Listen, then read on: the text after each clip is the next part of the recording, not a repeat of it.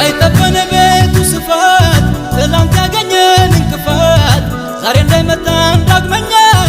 ተያሉሽን ስለኛ እንኳንስ በዝጁ ፀሐይ ያንን ባመሻሽ ፍቅር